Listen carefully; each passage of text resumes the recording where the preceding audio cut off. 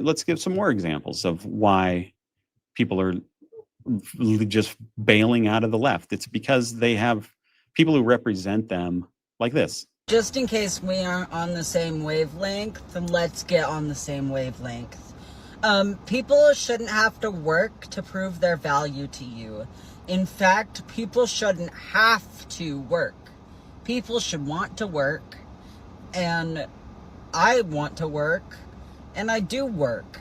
Good. But it's like, no amount of working is ever going to be enough to prove that I'm not disabled, and no amount of work is going to make me not disabled. You know, it's like I can only fucking do so much.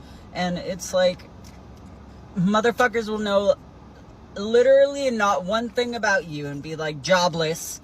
Like, that's an insult. She kind of looks jobless. When, like, in reality, like, oh, like, I'm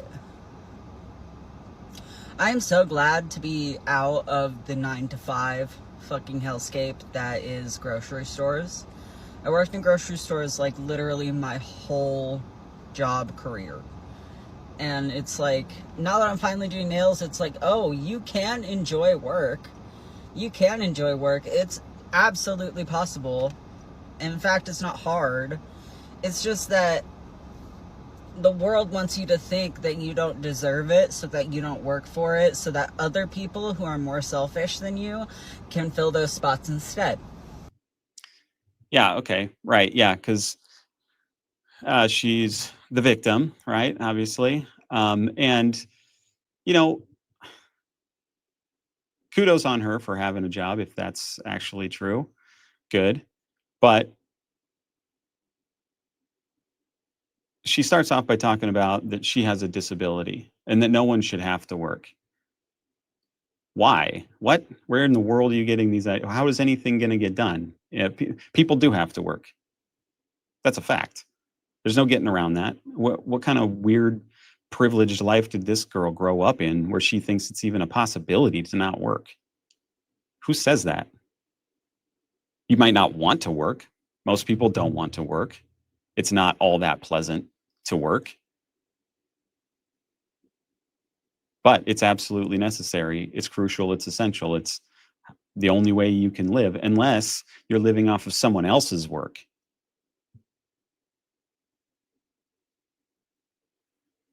So she says she has a disability. Any idea what that disability might be? She obviously has mental illness.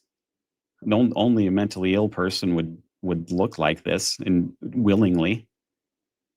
She looks like a clown from the circus with her weird glasses and her stupid bone through her nose and her long fingernails, tattoo on her chest, weird top, weird colored hair, weird haircut.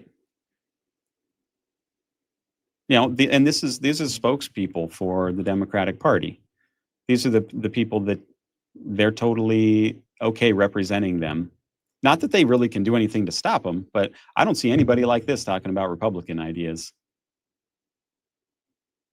And you think that men are interested in being associated with somebody like this? No way. They're out. No, thank you. The party of the mentally unstable. No, thanks. I'm going to go over here to the party that's reasonable. That doesn't need to be doesn't have to be locked up in a psych ward or get all their leaders and representatives out of the psych ward from the local hospital. You know, and she's talking about hard work, you know, and that hard work, you were working at a grocery store. That is the simple, easy, very, very low hard work scale work. And now you do nails. You know, you've never done hard work. You don't even know what that means. And speaking of people who have never done hard work, here's another one of these representatives of the Democrat Party, which is causing men to flee in droves and say, get me the fuck out of here. I'm a Scout. I use they, them pronouns, and I'm an interdisciplinary major at UBC. I'm in my... So right off the bat, I use they, them pronouns. Get the fuck out of here.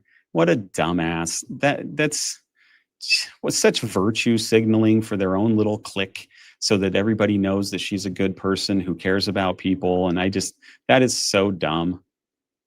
Thank God that stuff's going away. My last semester, my primary thematic focus is decolonizing academia and public knowledge systems, and my secondary thematic focus is biocultural and linguistic futurity. For those who don't know what that means, can you give us a quick rundown? Yeah, basically what I focus on is the promises that the institution has made and also the emergence of indigenous ways of knowing and being across the disciplines, and What the hell? What does that even mean?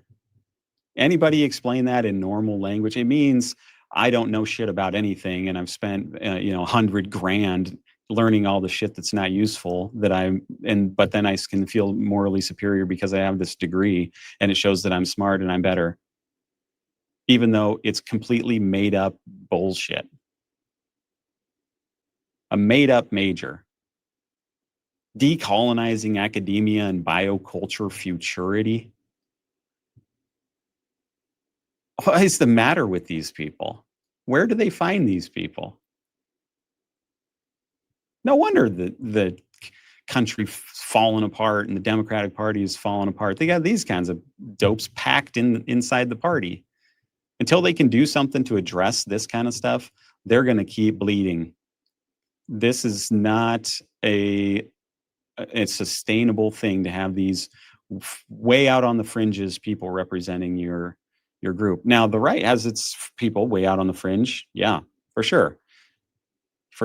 And so they've got to be taken care of. They got to deal with it. It's the Democrats' responsibility to deal with this kind of nonsense. You got universities taking taxpayer money, giving degrees in this worthless bullshit that's not going to do a damn thing for society. What a waste of money all around. Feature in a lot of stuff like language revitalization, or the emergent vitality of languages, rather, and just kind of a bunch of stuff. I've taken courses in over 20 departments, so. Okay. Yeah. Awesome. So she's a lifetime student, basically, is what she's going to do. She's never going to actually do anything productive. She's just going to keep going to class for the rest of her life. So not only is the weakness, in things like these kind of weird girls who are doing pointless stuff, who are acting like they're a bigger deal than what they are, but it also has to do with crime, where the Democrats are just weak on crime, and they're being such crazy people about this DC shutdown, while the people in DC are thrilled that the crime's going down, because most of them are not criminals, but have to be terrorized by the criminals. They're happy. They want the criminals gone. They don't care that they have the same color of skin. They want to be safe. They want to walk to the store safe. And that's totally reasonable. And yet you got the Democrats out here who are like, nah, let's say that this is a bad thing, and let's say that crime is a good thing, and we're the good people because we're going to stick up for keeping crime rates high.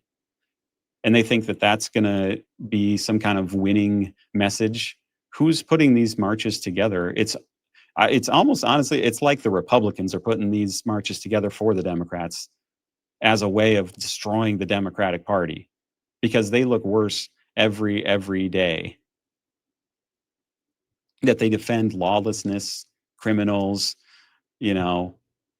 Abrego Garcia is going to get deported because he's a criminal.